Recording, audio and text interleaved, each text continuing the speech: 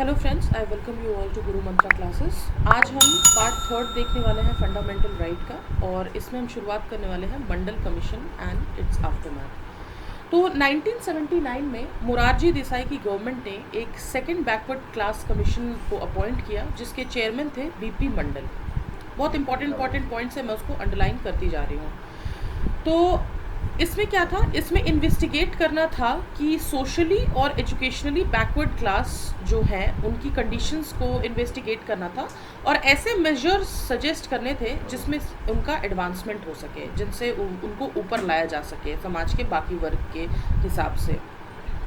तो कमीशन ने अपनी रिपोर्ट एक साल बाद ऑलमोस्ट सबमिट की 1980 में, और उसमें बताया कि ऑलमोस्ट 3743 कास्ट यानी 3743 कास्ट ऐसे हैं जो सोशली और एजुकेशनली बैकवर्ड क्लासेस हैं, और ये नियरली 52% पॉपुलेशन को डिनोट करते हैं, जिसमें कि शेड्यूल कास्ट और शेड्यूल ट्राइब को अगर आप हटा दो तो ये 52% होते हैं। अगर इनको ऐड कर दिया जाए तो ये और ज़्यादा होंगे। तो कमीशन ने रिकमेंड किया था रिजर्वेशन ऑलमोस्ट 27% गवर्नमेंट जॉब्स के लिए अदर बैकवर्ड क्लास यानी ओबीसी के लिए सजेस्ट किया था। इसमें इन्होंने शेड्यूल कास्ट शेड्यूल ट्राइब को लिया ही नहीं है, इन्होंने ओबीसीज के लिए बोला कि 27% जो जॉब है गवर्नमेंट जॉब है उनको रिजर्व किया जाए, किसके लिए, ओबीसीज के लिए, ताकि इनका एडवांसमेंट हो सके। आगे देखते हैं। और टोटल रिजर्वेशन उन्होंने बताया कि नियरली जो है वो 50% होनी चाहिए, शेड्यूल कास्ट शेड्यूल ट्राइब और ओबीसी तीनों को मिला के। उसके बाद 10 साल के बाद 1990 में वीपी सिंह की गवर्नमेंट ने ये डिक्लेयर किया, दूसरी गवर्नमेंट आ गई, आप देखो, वीपी सिंह की गवर्नमेंट ने ये डिक्लेयर किया कि 27% रिजर्वेशन वो देंगे गवर्नमेंट जॉब्स में ओबीसीज को।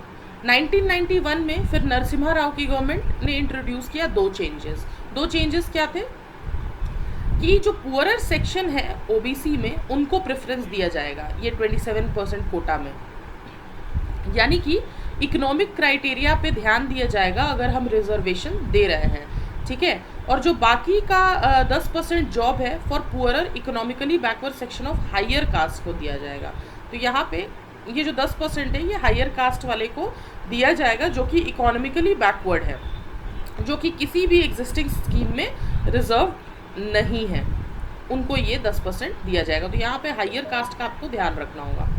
फिर मंडल केस 1992 में क्या होता है, इस आर्टिकल 16 का एक्सटेंट और स्कोप को बढ़ा दिया जाता है, जिसमें कि reservation of jobs in favour of backward classes has been examined thoroughly by the Supreme Court, ये आपको ध्यान रखना होगा। तो यहाँ पे सुप्रीम कोर्ट इंटरवीन किया, तो कोर्ट ने रिजेक्ट कर दिया additional reservation of 10% for poorer section of higher caste, और constitutional validity of 27% reservation for OBC को इन्होंने अपहेल्ड किया विद सर्टेन कंडीशंस। क्या कंडीशंस थे वो, कि जो एडवांस सेक्शन है ओबीसी के अंदर, जिसको हम क्रीमी लेयर कहते हैं, उसको एक्सक्लूड किया जाए किसी भी तरह के बेनिफिट्स ऑफ रिजर्वेशन से, ठीक है। कोई भी रिजर्वेशन प्रमोशन में रिजर्वेशन में नहीं दिया जाएगा, initial appointments only, this should be given for only initial appointments, कोई भी प्रमोशंस में रिजर्वेशन नहीं दिया जाएगा। और कोई भी अगर एग्जिस्टिंग रिजर्वेशन है, ऑलरेडी रिजर्वेशन की कैटेगरी में वो है प्रमोशन में, तो वो 5 साल के लिए ही सिर्फ कंटिन्यू होगा, यानी कि 1997 तक होगा। जो टोटल रिजर्व कोटा है वो 50% से ज़्यादा एक्सीड नहीं किया जाएगा। ऐसा नहीं कि आप पता चला कि 60-70% से रिजर्वेशन ही दे रहे हो तो। और ये जो रूल है, ये जो 50% का एक्सीड नहीं किया जाएगा, एक्स्ट्रा ऑर्डिनरी सिचुएशंस की बात अलग है, लेकिन जो ये कोटा है ये 50% से ज़्यादा एक्सीड नहीं करना चाहिए। और ये जो रूल है ये हर साल अप्लाई होगा, ठीक है।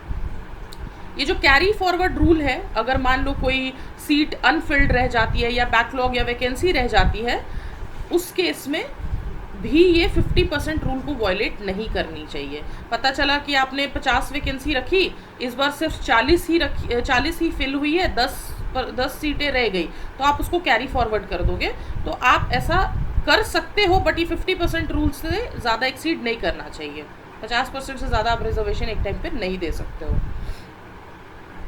एक परमानेंट स्टैट्यूटरी बॉडी इस्टेब्लिश होनी चाहिए ताकि जो कंप्लेंट्स है over inclusion and under inclusion OBC के लिस्ट में, इनको स्टडी कर सके, एग्जामिन कर सके। तो ज़्यादा नहीं इंक्लूड कर लिया जाए या कम इंक्लूड ना किया जाए ओबीसीज को, उसके लिए ये बॉडी काम करेगी। तो सुप्रीम कोर्ट की इन सारी रूलिंग्स के आधार पे गवर्नमेंट ने कुछ एक्शंस लिए। क्या एक्शंस थे वो? रामनंदन कमेटी अपॉइंट हुई कि ये क्रीमी लेयर को आइडेंटिफाई किया जाए ओबीसीज में, और उसने अपनी रिपोर्ट जो थी वो सबमिट की थी 1993 में, जो कि एक्सेप्ट की गई थी। फिर नेशनल कमीशन बैकवर्ड क्लासेस के लिए भी एस्टैब्लिश हुई 1993 में, by an act of parliament act लाया गया, जिससे कि ये national commission for backward class establish हुई। उसमें इसको एग्जामिन करना था कि अंडर इंक्लूजन, ओवर इंक्लूजन या non inclusion of any class of citizen in the list of backward classes for the purpose of job reservation. तो ये सारी चीज़ें ना हो, उसके लिए ये कमीशन इस्टेब्लिश की गई थी। फिर 102nd अमेंडमेंट एक्ट आता है 2018। इसने constitutional status on the commission and also enlarge this function. तो ये जो कमीशन था, इसको कॉन्स्टिट्यूशनल स्टेटस दिया और इसके फंक्शंस को और बढ़ाया।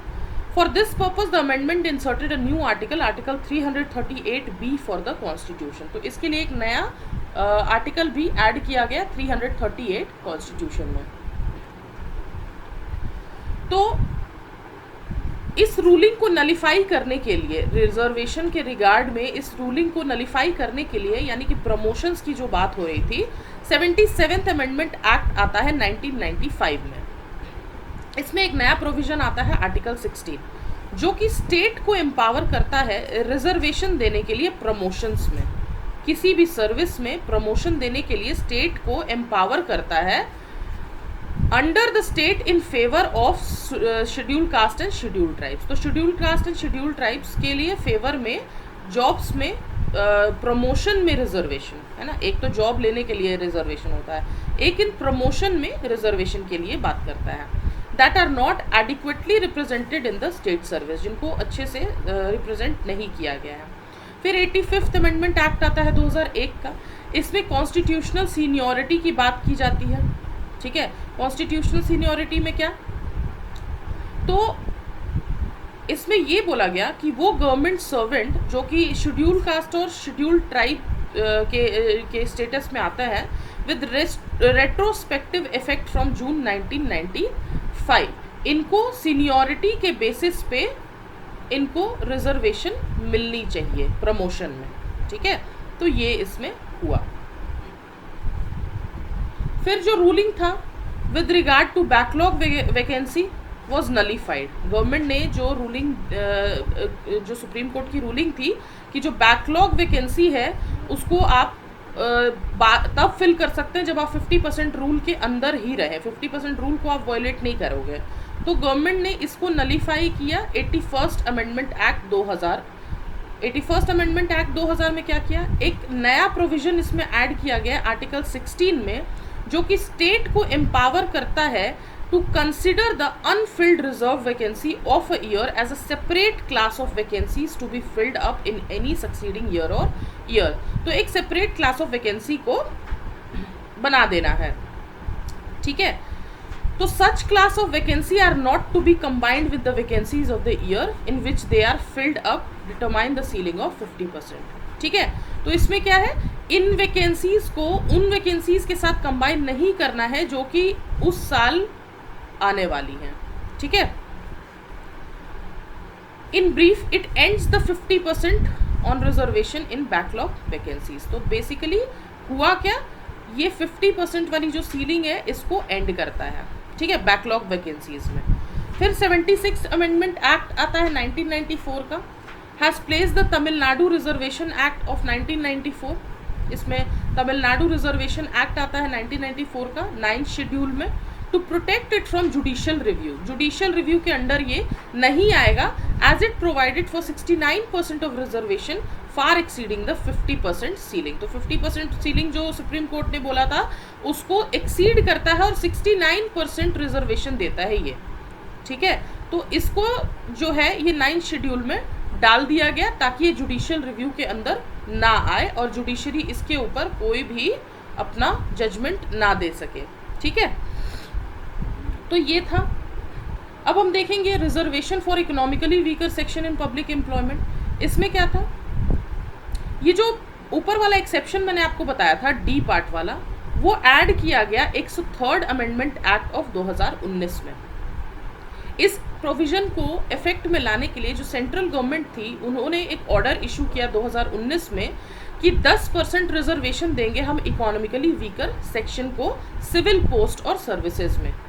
ठीक है, जो भी गवर्नमेंट ऑफ इंडिया के लिए काम करते हैं, सिविल सर्विसेज और पोस्ट में हम इकोनॉमिकली वीकर सेक्शन को 10% रिजर्वेशन देंगे। ये रिजर्वेशन कौन अवेल कर सकता है? जो भी पर्सन इकोनॉमिकली वीकर सेक्शन के अंडर आता है और जो किसी भी और एग्जिस्टिंग स्कीम ऑफ रिजर्वेशन में कवर्ड नहीं है, जैसे कि schedule caste, schedule tribe and OBC वाले किसी भी रिजर्वेशन में नहीं आता है, उसको हम इकोनॉमिकली वीकर सेक्शन में डालेंगे। ठीक है, इसका जो एलिजिबिलिटी क्राइटेरिया है वो ऑलरेडी मैंने आपको एक्सप्लेन कर दिया था आर्टिकल 15 के अंदर। ठीक है, और जो साइंटिफिक और टेक्निकल पोस्ट है विच satisfy all the following condition can be exempted from the purview of reservation. तो ये क्या कंडीशन है, आप देखो, जो post above lower grade in group A of the service concerned, the post should be in grade above the lower grade। तो जो भी पोस्ट में रिजर्वेशन की बात हो रही है वो लोअर ग्रेड से ऊपर होना चाहिए इन ग्रुप ए वाले जॉब्स के लिए। उनको क्लासिफाई किया जाना चाहिए साइंटिफिक और टेक्निकल। तो साइंटिफिक और टेक्निकल टर्म्स में अगर बात हो रही है जॉब की, ठीक है, अंडर कैबिनेट सेक्रेटेरिएट ऑर्डर 1961, जिसमें कि scientific and technical post for which qualification in natural sciences और एग्जैक्ट साइंसेज और अप्लाइड साइंसेज और इन टेक्नोलॉजी आर प्रिस्क्राइब्ड। ठीक है, तो ये सारे जो आपके क्वालिफिकेशंस है ये प्रिस्क्राइब होने चाहिए। ठीक है, नेक्स्ट थर्ड क्या है, post should be for conducting research और for organising, guiding and directing research. तो तब इसमें रिजर्वेशन की बात होगी। ठीक है, तो ये टेक्निकल पोस्ट है। अब हम नेक्स्ट फंडामेंटल राइट की बात करते हैं, जिसमें आता है अबॉलिशन ऑफ अनटचेबिलिटी। पहले आपको पता है कि छुआछूत काफ़ी ज़्यादा प्रेवलेंट था सोसाइटी में, तो काफ़ी ज़्यादा लोगों को कास्ट के बेसिस पे अछूत मानते थे, उनको कोई काम नहीं मिलता था, फिर उनके साथ डिस्क्रिमिनेशन होता था सोसाइटी में। तो ये सब चीज़ों को ख़त्म करने के लिए अनटचेबिलिटी को अबॉलिश किया जाना था। तो आर्टिकल 17 जो है वो अनटचेबिलिटी को अबॉलिश करता है and forbids it's practice in any form. अगर कोई भी इस टाइप की प्रैक्टिस भी करता है तो उसके ऊपर कार्रवाई प्रॉपर होगी। ठीक है, अगर किसी भी तरह से कोई भी अनटचेबिलिटी को प्रैक्टिस करता है तो ये एक पनिशेबल ऑफेंस होगा अकॉर्डिंग टू लॉ। ठीक है, 1976 में जो अनटचेबिलिटी ऑफेंसेस एक्ट आता है 1955, ये एक एक्ट है अनटचेबिलिटी ऑफेंसेस एक्ट 1955, इसको अमेंड किया जाता है और रीनेम किया जाता है as protection of civil rights 1955। ठीक है, ताकि इसके स्कोप को और इनलार्ज किया जा सके और इसमें पेनाल्टी या पिनल प्रोविजंस को और ज़्यादा सख्त बनाया जा सके। तो इसमें इस एक्ट में डिफाइन किया जाता है civil right as any right accruing to a person by reason of abolition of untouchability by article 17 of the constitution. ठीक है, तो इसमें सिविल राइट को डिफाइन किया जाता है कि एक इंसान के सिविल राइट क्या है। ठीक है, जो टर्म अनटचेबिलिटी है वो ना ही कॉन्स्टिट्यूशन में डिफाइन किया गया है ना ही किसी एक्ट में डिफाइन किया है, लेकिन मैसूर हाई कोर्ट ने ये हेल्ड किया कि subject matter of article 17 is not untouchability in its literal sense और grammatical sense but the practice as it has developed historically in the country. तो इसको कहीं पे भी मेंशन नहीं किया गया है किसी कॉन्स्टिट्यूशन में या एक्ट में, लेकिन मैसूर हाई कोर्ट ने ये बोला कि जो अनटचेबिलिटी है अपने लिटरल सेंस या ग्रामेटिकल सेंस में इसके बारे में कोई बात नहीं कर रहा है, बट उसकी प्रैक्टिस के बारे में बात कर रहा है जो आज तक हिस्टोरिकली हमारी कंट्री में डेवलप हुआ है।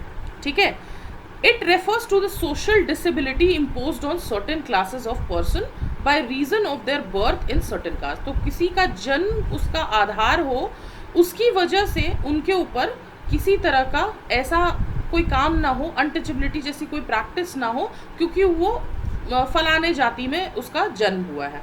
ठीक है, तो इसमें it does not cover social boycott of a few individual और their exclusion from religious services etcetera. तो ये सोशल बॉयकॉट को जो है कवर नहीं करता है कुछ इंडिविजुअल्स के लिए, या फिर उनका exclusion from religious services etcetera. ठीक है, तो सुप्रीम कोर्ट ने बोला, सुप्रीम कोर्ट ने हेल्ड किया that right under article 17 is available against private individuals and it is the constitutional obligation of the state to take necessary action to ensure that this right is not violated। तो state को ये make sure करना होगा कि ये जो right है untouchability वाला, ये वॉयलेट ना हो, ये स्टेट्स को नेसेसरी करना पड़ेगा। ठीक है, और कोई भी प्राइवेट इंडिविजुअल भी इस तरह की प्रैक्टिस नहीं कर सकता है। ठीक है, उसके बाद हम देखते हैं next fundamental right, abolition of titles. तो अंग्रेज़ों के टाइम में आपको पता है अलग अलग टाइटल्स दिए जाते थे, जैसे सर का और इन सब चीज़ों का, नाइटहुड दिया जाता था। तो ये सारी चीज़ें इस आर्टिकल में प्रोहिबिट की गई है। तो ये जितने भी टाइटल्स होते हैं इनको अबॉलिश किया गया है आर्टिकल 18 में, और इसके लिए 4 प्रोविजंस रखे गए हैं। 4 प्रोविजन क्या है? ये स्टेट को प्रोहिबिट करता है किसी भी तरह का टाइटल किसी को भी देने से। ठीक है, सिवाय मिलिट्री या फिर एकेडमिक डिस्टिंक्शन। तो मिलिट्री में टाइटल्स दिए जाते हैं, और एकेडमिक डिस्टिंक्शन भी अगर किसी ने हासिल किया हुआ है तो इसको भी दिया जाता है। तो ये स्टेट को प्रोहिबिट करता है from conferring any title on any body weather a citizen और अ फॉरेनर। तो किसी को भी टाइटल नहीं दिया जा सकता है।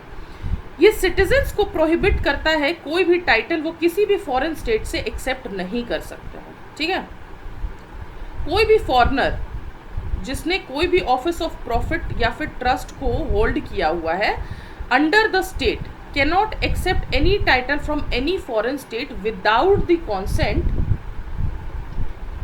Of the president. तो अगर कोई फॉरेनर भी है, ठीक है, अगर कोई फॉरेनर भी है जिसने यहाँ पे कोई ऑफिस ऑफ प्रॉफिट या ट्रस्ट खोल रखा है, वो भी किसी फॉरेन स्टेट से कोई टाइटल एक्सेप्ट नहीं कर सकता है जब तक वो प्रेसिडेंट से परमिशन ना ले ले।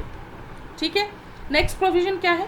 कोई भी सिटीजन हो या कोई भी फॉरेनर हो जिसने यहाँ पे कोई ऑफिस ऑफ प्रॉफिट या ट्रस्ट होल्ड किया हुआ है under the state is to accept any present emolument और office from under the foreign state without the consent of. तो ना वो कोई किसी तरह का ऑफिस होल्ड कर सकता है, मतलब कोई भी बाहर से दिया गया कोई भी चीज़, कोई प्रेजेंट, कोई इमोल्यूमेंट, कोई ऑफिस, है ना, फॉरेन स्टेट से नहीं ले सकता है जब तक वो प्रेसिडेंट से परमिशन ना ले ले। ये सिटीजन के लिए भी है और फॉरेनर के लिए भी है। ठीक है, इससे ये क्लियर होता है कि जो हेरिडिटरी टाइटल्स होते थे नोबिलिटी के, जैसे महाराजा, राज बहादुर, राय बहादुर, राय साहब, दीवान बहादुर, ये सारी जो टाइटल्स होते थे ना पहले के राजा महाराजा यूज़ करते थे, जो कि कॉलोनियल स्टेट्स द्वारा कन्फर किए थे, ये बैन करता है article 18।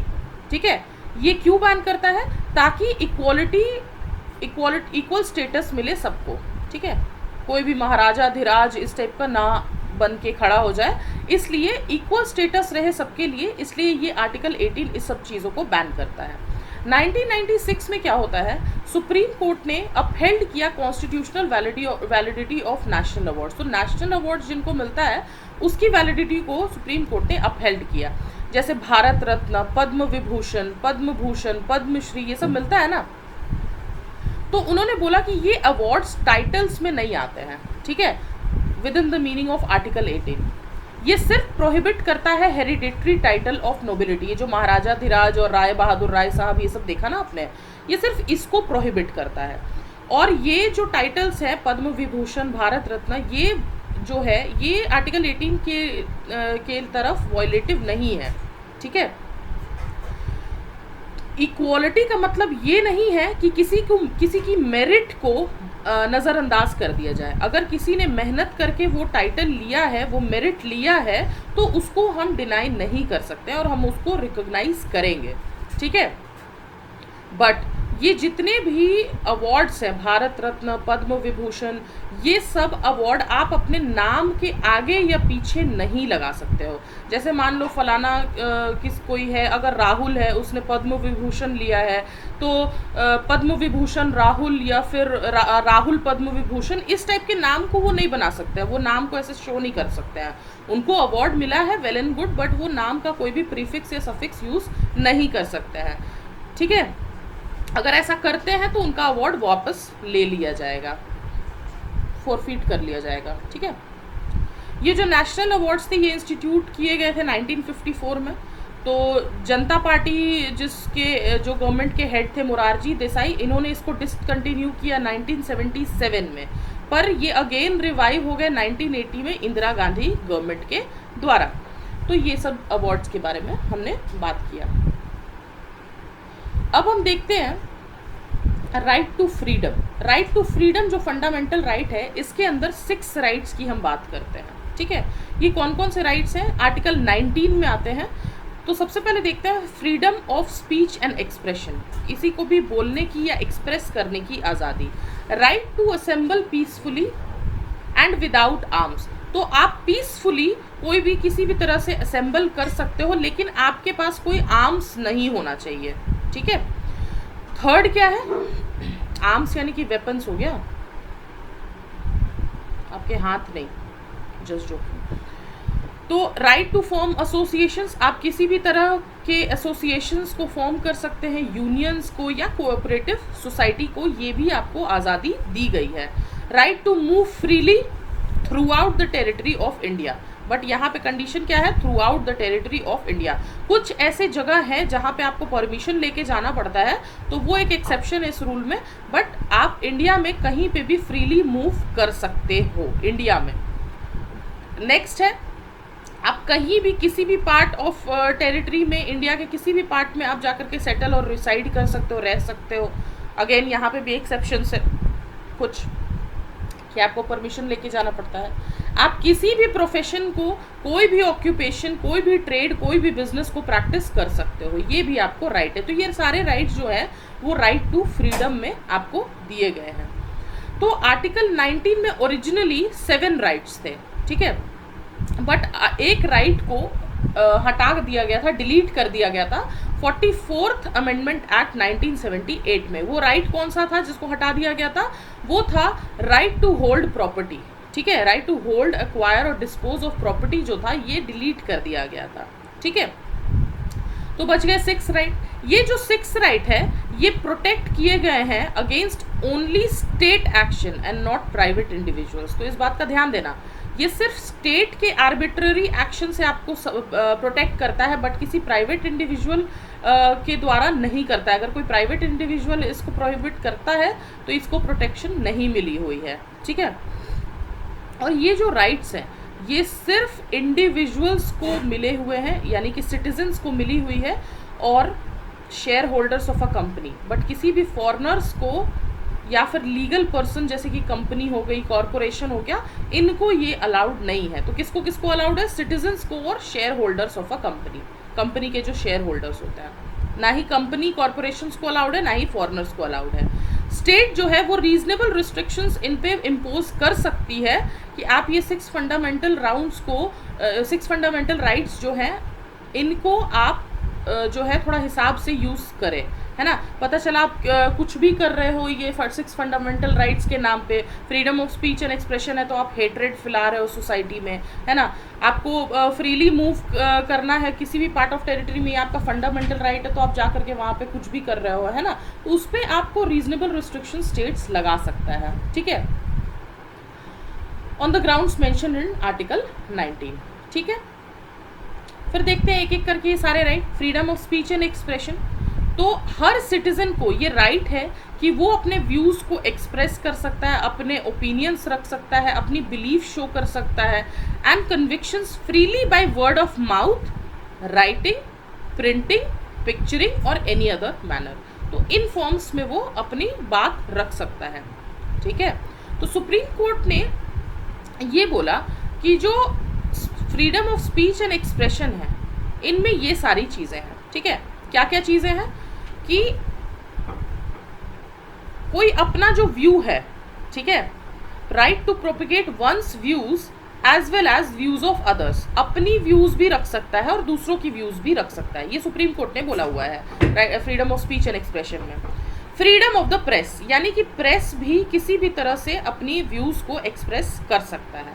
Freedom of commercial advertisements में जो आता है, ठीक है, right against tapping of telephonic conversation, तो किसी की भी टेलीफोनिक कॉन्वर्जेशन को टैप किया जा सकता है, नहीं किया जा सकता है, सॉरी, राइट अगेंस्ट, है ना, उसके लिए प्रॉपर किसी ना किसी तरह से परमिशन होना चाहिए फ्रॉम हायर ऑफिशियल्स कि इसके फ़ोन को टैप किया जा रहा है ऑन द बेसिस कि इसने कोई क्राइम किया हो या ऐसा, उस केस में आपकी फ़ोन टैपिंग हो सकती है, वरना आपका फ़ोन कोई यूं ही टैप नहीं कर सकता है, ठीक है। Right to telecast, that is government has no monopoly on electronic media, तो सिर्फ गवर्नमेंट ही इलेक्ट्रॉनिक मीडिया यूज़ नहीं कर सकता है, किसी भी तरह की चीज़ों को टेलीकास्ट किया जा सकता है, बट वो सोसाइटी की हारमोनी को डिस्टर्ब नहीं करना चाहिए।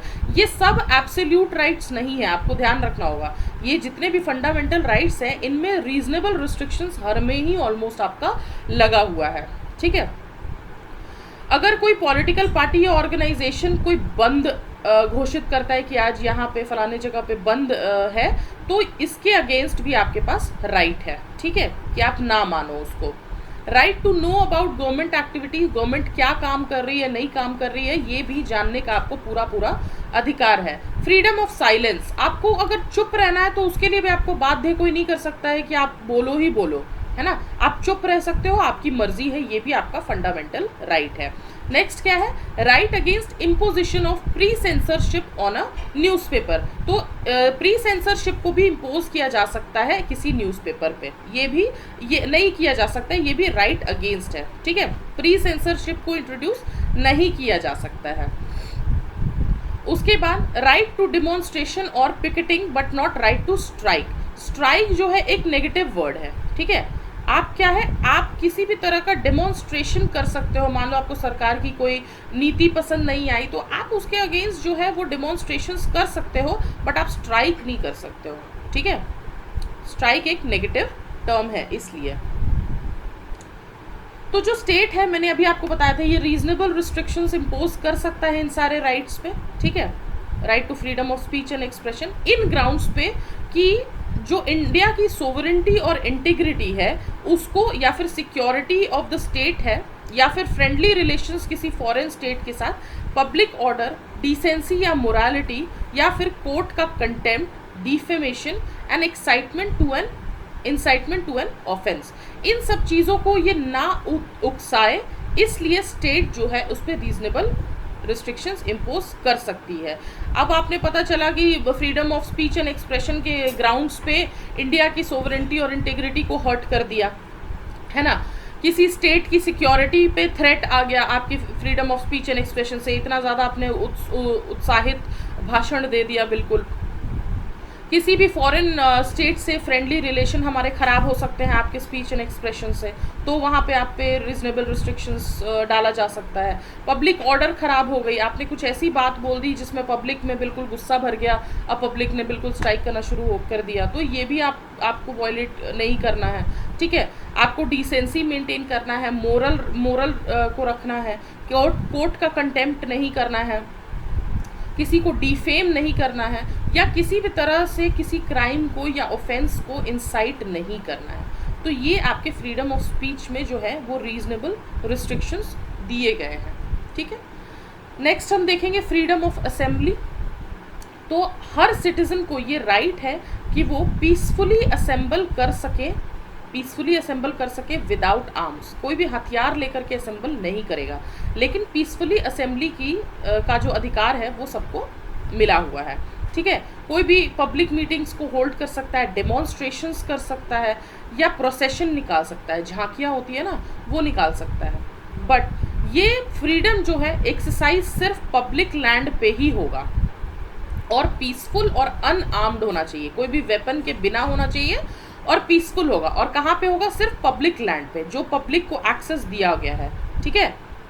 यहाँ पे क्या चीज़ें प्रोटेक्टेड नहीं है, वॉयलेंट नहीं होना चाहिए, डिसऑर्डरली या राइशियस असेंबली नहीं होना चाहिए। आप पता चला आपने राइट्स करा दिए पीसफुल असेंबली के नाम पे, जो कि जनरली होता है पीसफुल असेंबली बिल्कुल राइटियस असेंबली में कन्वर्ट हो जाती है। जहाँ पे भी पब्लिक पीस का ब्रीच होगा, जहाँ पे भी पब्लिक पीस खराब होगी या जहाँ पे भी आर्म्स का इन्वॉल्वमेंट आ जाएगा, ये right to strike, this right does not include the right to strike. तो यहाँ पे ये राइट्स जो है आपके फ्रीडम ऑफ असेंबली, वहाँ पे ये खराब हो जाएगी और ये आपका कवर नहीं होगा फिर, और आपके अगेंस्ट जो है प्रॉपर कार्रवाई होगी। सिंपल, ठीक है। इस राइट में राइट टू स्ट्राइक को नहीं इंक्लूड किया जाता है। आप स्ट्राइक नहीं कर सकते हो, आप पीसफुली जो है वो पब्लिक मीटिंग्स, डिमॉन्स्ट्रेशंस या प्रोसेशंस निकाल सकते हो, बट ये पीसफुल होना चाहिए और अनआर्म्ड होना चाहिए, ठीक है। स्टेट्स जो है अगेन इस पे रीजनेबल रिस्ट्रिक्शंस लगा सकते हैं on the exercise of right to assembly on 2 grounds. क्या क्या है? एक तो इंडिया की सोवरेंटी और इंटेग्रिटी को खतरे में नहीं डालोगे आप, ठीक है। पब्लिक ऑर्डर यानी कि आप मेंटेन कर रहे हैं traffic in the area concern, मान लो उस एरिया में आप किसी तरह का प्रोसेशन निकाल रहे हो, है ना, तो आपने तो बोला कि आपकी फ्रीडम ऑफ असेंबली है, बट प्रोसेशन अगर आप निकाल रहे हो वहाँ पे अगर आपको ट्रैफिक मेंटेन करना है उस एरिया का, तो भी स्टेट जो है वो रीजनेबल रिस्ट्रिक्शंस लगा सकती है। सेक्शन 144 जो क्रिमिनल प्रोसीजर कोड का है 1973 में, उसमें एक मजिस्ट्रेट जो है, ठीक है, एक मजिस्ट्रेट जो है वो किसी भी असेंबली को रिस्ट्रेन कर सकता है, मीटिंग को रिस्ट्रेन कर सकता है, प्रोसेशन को रिस्ट्रेन कर सकता है, अगर वहाँ पे किसी तरह का रिस्क हो ऑफ ऑब्स्ट्रक्शन, अनोयंस या फिर डेंजर हो ह्यूमन लाइफ की, हेल्थ की या सेफ्टी या डिस्टर्बेंस ऑफ पब्लिक ट्रैंक्विलिटी और राइट ऑफ एनी एफरे। अगर उसको ऐसा लगता है, जो मजिस्ट्रेट है उसको अगर ऐसा लगता है कि किसी तरीके से ह्यूमन लाइफ को, हेल्थ को डेंजर है, आप किसी न किसी तरह का राइट्स करवा सकते हो, तो वो under section 144 of criminal procedure code 1973 इस असेंबली को रिस्ट्रेन करा सकता है, ठीक है। Section 141 of the Indian penal code में क्या है? As assembly of 5 or more persons become unlawful if the object is to resist the execution of any law or legal process। तो अगर किसी लॉ या लीगल प्रोसेस को resist करना है आपको, तो 5 से ज़्यादा लोगों की जो असेंबली होती है उसको अनलॉफुल तब हम कहते हैं जब आप किसी लीगल प्रोसेस को रेजिस्ट करने वाले हो, तब 5 से ज़्यादा लोगों की असेंबली को मना करा दिया जाता है under section 141 of Indian penal code. अगर मान लो कि कोई फोर्सिबली ऑक्यूपाई करना चाहता है किसी की प्रॉपर्टी को ऑफ सम पर्सन, तो भी आपको मना किया जा सकता है। अगर किसी तरह का मिसचीफ या क्रिमिनल ट्रेसपास कोई करने वाला है ना, किसी और की प्रॉपर्टी में पता चले गए, है ना, इस केस में भी मना किया जा सकता है।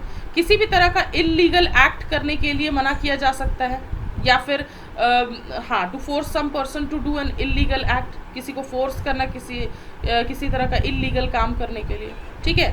गवर्नमेंट ऑफिशियल्स को थ्रेटन करना, ठीक है, ऑन एक्सरसाइजिंग लॉफुल पावर्स, अपनी पावर का इस्तेमाल करके गवर्नमेंट ऑफिशियल्स को जो है वो थ्रेटन करना या फिर गवर्नमेंट को थ्रेटन करना, इस केस में भी जो आपकी असेंबली है इस पे रेस्ट्रिक्शंस लगाए जा सकते हैं। तो ये सब बहुत कॉमन है, आपको पता है। किसी भी तरीके से आप ऐसा कोई काम ना कर दें जिससे कि जो समाज की स्थिति है वो बिल्कुल ख़राब हो जाए, तो आपको वहाँ पे मना किया जा सकता है। नेक्स्ट लेक्चर में हम देखेंगे फ्रीडम ऑफ एसोसिएशन और उसके बाद वाले कॉन्सेप्ट्स। तब तक के लिए stay tuned, and for more tutorials please subscribe to Guru Mantra channel and do not forget to like and share this with your friends. Thank you so much, and for any doubts please do comment in the comment section. Thank you so much. All the best.